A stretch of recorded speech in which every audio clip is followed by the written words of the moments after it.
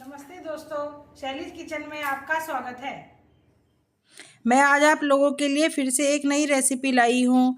आज जो मैं रेसिपी लाई हूँ, आज मैं जो ब्यावर की बिल्कुल फेमस तिलपट्टी की रेसिपी है वो लाई हूँ। और ये बिल्कुल 2 ही सामानों से बनकर तैयार हो जाती है और ये खाने में भी बहुत ही टेस्टी लगती है। अब सर्दियाँ बिल्कुल आ ही गई हैं, तो आप इसे घर पर आसानी से बना सकते हैं। और एक बार आप इसे बनाकर रख लीजिए और आप इसे 15 से 20 दिन के लिए आराम से एंजॉय कर सकते हैं। तो चलिए शुरू करते हैं आज की रेसिपी को बनाना। इसके लिए सीधा सा मेजरमेंट है। यहाँ पर मैंने आधा कप जो है सफ़ेद तिल लिए हैं और आधा कप ही चीनी ली है।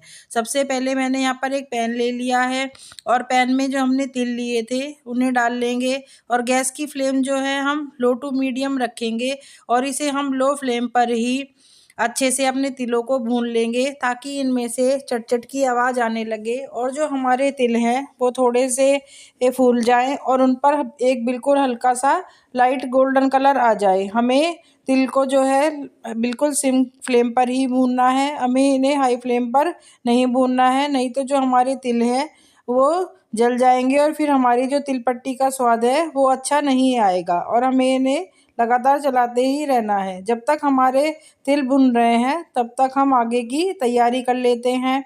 उसके लिए यहाँ पर मैंने एक चकले पर देसी घी लगा लिया है और जो बेलन है उस पर भी हम देसी घी अच्छे से लगा लेंगे। आप चाहें तो यहाँ पर आप ऑयल भी यूज कर सकते हैं। ये तैयारी हमें पहले ही कर कर रखनी है, बाद में हमें बिल्कुल भी टाइम नहीं मिलेगा। और अब हम तिलों को देख लेते हैं कि हमारे तिल अच्छे से भुने हैं या नहीं। सर्दियों में तिल खाना बहुत ही फ़ायदेमंद होता है और आप इस रेसिपी को एक बार ज़रूर ट्राई कर सकते हैं, क्योंकि ये बहुत ही जल्दी बन जाती है और सिर्फ इसमें बनाने के लिए 2 ही सामान की ज़रूरत है। यहाँ पर अब हमारे जो तिल हैं वो भुन गए हैं और अब यहाँ पर हम गैस की फ्लेम को ऑफ कर देंगे और जो हमारे तिल हैं उन्हें हम एक अलग बाउल में निकाल कर रख लेंगे, ताकि हमारे जो तिल हैं वो थोड़े से ठंडे हो जाए। यहाँ पर मैंने तिल को एक अलग बाउल में निकाल लिया है और मैंने दोबारा बार से वही वाला पैन ले लिया है और इसमें हमने जो आधा कप चीनी ली थी वो डाल देंगे। गैस की फ्लेम लो ही है और अब हम यहाँ पर 2 बड़े चम्मच जो है वो पानी डालेंगे। ये मेरी जो चम्मच है वो हाफ़ टेबल स्पून है, इसलिए मैंने यहाँ पर 4 बार पानी डाला है। और गैस की फ्लेम को हम लो ही रखेंगे और अब हम सबसे पहले लगातार चलाते हुए चीनी को अच्छे से मेल्ट कर लेंगे। आज हम जो तिलपट्टी बना रहे हैं उसमें जो सारा खेल है वो इस चाशनी का ही है। अगर हमारी चाशनी अच्छे से नहीं बनेगी तो हमारी जो तिलपट्टी है वो भी अच्छे से बनकर तैयार नहीं होगी। तो इसलिए आप ध्यान से देखिएगा कि हमें किस तरह से अपनी चाशनी को बनाकर तैयार करना है। हमें बिल्कुल भी इसे बीच में रोकना नहीं है, बिल्कुल लगातार हमें इसे चलाते रहना है, तभी हमारी जो चाशनी है वो अच्छे से बनकर तैयार होगी। और अब हमारी यहाँ पर चीनी जो है वो अच्छे से मेल्ट हो गई है और अभी हम इसे लगातार चला रहे हैं ताकि हमारी जो चाशनी है वो अच्छे से बन जाए। अब यहाँ पर मैंने कुछ बूंदे जो हैं नींबू के रस की ऐड कर दी हैं, ताकि जो हमारी चीनी है वो क्रिस्टलाइज ना हो। और अब हम इसे लगातार चलाते रहेंगे। पहले जो हमारी चाशनी है वो बहुत ही ज़्यादा थिक हो जाएगी।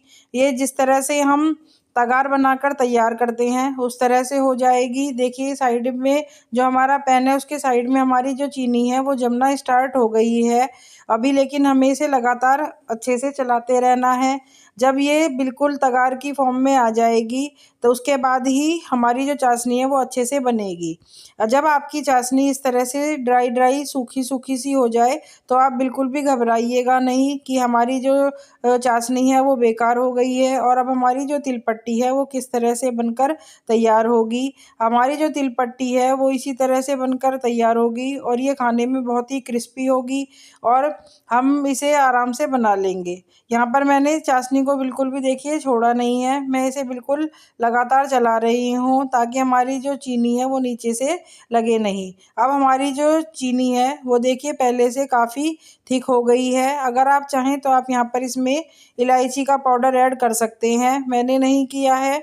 और अभी हम इसे बिल्कुल लगातार चला रहे हैं ताकि ये बिल्कुल जो तगार आता है जिसे हम बूरा भी कहते हैं उस फॉर्म में आ जाए।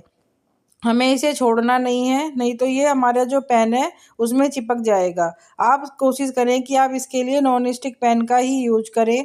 अब देखिए हमारी जो चीनी है वो बिल्कुल तगार की फॉर्म में आनी स्टार्ट हो गई है और ये बिल्कुल गाढ़ी हो गई है। अभी भी हम इसे बिल्कुल लगातार चला रहे हैं ताकि जो हमारी चाशनी है वो बहुत ही अच्छे से बनकर तैयार हो। और अब हम इसे अच्छे से पैन में एक बार फैला सी देंगे ताकि हमारी जो चीनी है वो दोबारी बार से मेल्ट होना स्टार्ट हो जाए। यहाँ पर गैस की फ्लेम हम लो ही रखेंगे और अब देखिए हमारी जो चीनी है वो दोबारी बार से मेल्ट होना स्टार्ट हो गई है। और अब हम इसे सबसे पहले बिल्कुल लो फ्लेम पर अच्छे से एक बार मेल्ट हो जाने देते हैं, उसके बाद ही हम आगे का जो हमारा प्रोसीजर है वो करेंगे। अब यहाँ पर हमारी चीनी देखिए पहले से मेल्ट हो गई है और इसका कलर भी जो है वो चेंज हो गया है, लाइट गोल्डन कलर पर हमारी चीनी का कलर आ गया है। अब हम इसे बिल्कुल लगातार चलाते रहेंगे ताकि जो भी इसमें हमारी चीनी की गुठलियाँ हैं वो बिल्कुल अच्छे से ख़त्म हो जाएं। हमें गैस की फ्लेम यहाँ पर मैं बार बार बता रही हूँ कि लो ही रखनी है, हाई फ्लेम नहीं करनी है। अब हमारी चीनी अच्छे से देखिए यहाँ पर मेल्ट हो गई है और अब हम इसमें एक बड़े चम्मच के करीब कटे हुए पिस्ता डाल देंगे। यह वैसे बिल्कुल ऑप्शनल है, लेकिन हम क्योंकि बिल्कुल जो राजस्थान की ब्यावर की फेमस तिलपट्टी है वो बना रहे हैं तो इसलिए यहाँ पर मैंने पिस्ता डाल दिए हैं, जिससे हमारी तिलपट्टी देखने में अच्छी लगेगी। अब हम अपनी चाशनी को चेक कर लेते हैं। इसके लिए यहाँ पर मैंने एक बाउल में पानी ले लिया है और अब जो हमारी चाशनी है उसकी हम कुछ ड्रॉप अपनी पानी की बाउल में डाल देंगे और जब हमारी चाशनी ठंडी हो जाएगी तो उसके बाद हम इसे चेक करेंगे। हमारी चाशनी जो है वो बिल्कुल कांच की तरह एकदम अच्छे से टूटनी चाहिए, तभी हमारी चाशनी बनेगी। ये देखिए जो हमने चाशनी डाली थी वो बिल्कुल अच्छे से कांच की तरह टूट रही है, बहुत ही क्रिस्पी हो गई है।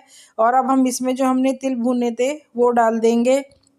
गैस की फ्लेम हमने यहाँ पर भी लो ही करी हुई है और अब हम चाशनी के साथ तिल को अच्छे से मिक्स कर लेंगे ताकि हमारे जो तिलपट्टी का मिक्सचर है वो बिल्कुल एक सार हो जाए। हमें अभी गैस की फ्लेम को ऑन ही रखना है। जब हमारे तिल चाशनी में अच्छे से मिल जाएंगे तभी हम गैस की फ्लेम को ऑफ करेंगे और अब हम इसे गैस की फ्लेम को ऑफ कर देंगे और अब हम इसकी जो तिलपट्टी हैं वो बना लेंगे। सॉरी फ्रेंड्स, यहाँ पर कैमरा ऑन नहीं हो पाया और मैंने कुछ तिलपट्टी बना ली, लेकिन अभी मैं आपको आगे बताती हूँ कि जो हमारा बाकी का बचा हुआ मिक्सचर है ये देखिए जब ज़्यादा देर हो जाएगी तो रखे हुए जम जाएगा। तो हमें इसे कैसे यूज करना है, इसे मैंने दोबारी बार गैस पर रख दिया है और गैस की फ्लेम को मैंने बिल्कुल लो कर दिया है। और अब जब जैसे ही इस पर थोड़ी सी भी हीट लगेगी हमारे पैन में तो जो हमारा मिक्सचर है वो जल्दी से फिर थोड़ा सा मेल्ट हो जाएगा और वो इकट्ठा हो जाएगा। हमें इसे बहुत ज़्यादा देर कुक नहीं करना है, बस इतनी देर ही करना है कि हम इसे आराम से हैंडल कर सकें। अब हमारा जो मिक्सचर है वो बिल्कुल बेलने के लिए तैयार है और अब हम इसे चकले पर निकाल लेंगे। ये बहुत ही गर्म है, इसमें इस पर हाथ ज़्यादा ना लगाइएगा, नहीं तो आपका हाथ जल भी सकता है। और जिस तरह से मैं इस वाले तिलपट्टी को बेल रही हूँ मैंने बाकी की बची हुई तिलपट्टी भी इसी तरह से बेली थी, लेकिन सॉरी उस टाइम कैमरा ऑन नहीं हो पाया तो जो मेरा प्रोसीजर था वो रह गया। लेकिन हमें सारी तिलपट्टी इसी तरह से तैयार करनी है। सेब पर आप मत जाइएगा, सेब आप कैसी भी बना सकते हैं लेकिन ये खाने में बहुत ही टेस्टी लगेंगी। और हमने इस पर घी लगा रखा है चकले और बेलन पर तो ये बिल्कुल भी चिपकेंगी नहीं। और मैंने सारी तिलपट्टियों को ऑडी का जो इको बेक बेकिंग पेपर आता है उस पर रखा हुआ है ताकि इन पर थोड़ी सी हवा लग जाए और ये अच्छे से क्रिस्पी हो जाए। और यहाँ पर हमारी जो आधा कप है उसमें से तिलपट्टी अच्छे से बनकर तैयार हो गई है और ये 5 तिलपट्टी यहाँ पर बनी है और देखिए कितनी पतली हमारी जो तिलपट्टी है वो बनकर तैयार हुई है। और अब मैं आपको एक कैंची से इसको कट कर कर दिखाती हूँ कि ये कैंची से भी आराम से कट हो सकती हैं, या तब क्योंकि हमारी तिलपट्टी क्रिस्पी बनी है इसीलिए कैंची से कट हो रही हैं। और अगर आपको इनकी शेप ठीक करनी है तो आप इन्हें अच्छे से कट कर सकते हैं। और अब मैं आपको बताती हूँ कि हमें इन्हें कैसे स्टोर करना है। तो उसके लिए हम यहाँ पर कोई भी जो हमारा बटर पेपर आता है, मैंने यहाँ पर ओडी का बेकिंग पेपर लिया है वो रखेंगे और फिर हम एक तिलपट्टी रखेंगे, उसके ऊपर फिर हम जो हमारा बेकिंग पेपर है वो रखेंगे और इसी तरह हम सारी तिलपट्टियों को एक एक कर कर रखते जाएंगे। ताकि हमारी जो तिलपट्टी हैं वो आपस में चिपके नहीं, और हम इसे एयर टाइट डब्बे में बंद कर कर रख देंगे। हमारी जो तिलपट्टी है वो बिल्कुल तैयार हो गई है और ये बहुत ही क्रिस्पी बनी है। लीजिए, तैयार है तिलपट्टी। आप मेरी रेसिपी को ज़रूर ट्राई करें और मुझे कमेंट करके बताएं कि आपको मेरी रेसिपी कैसी लगी। अगर आपको मेरी रेसिपी पसंद आई हो तो इस वीडियो को लाइक करें, ज़्यादा से ज़्यादा शेयर करें, और मेरे चैनल पर नए हैं तो मेरे चैनल को सब्सक्राइब करना बिल्कुल भी ना भूलें। Thank you.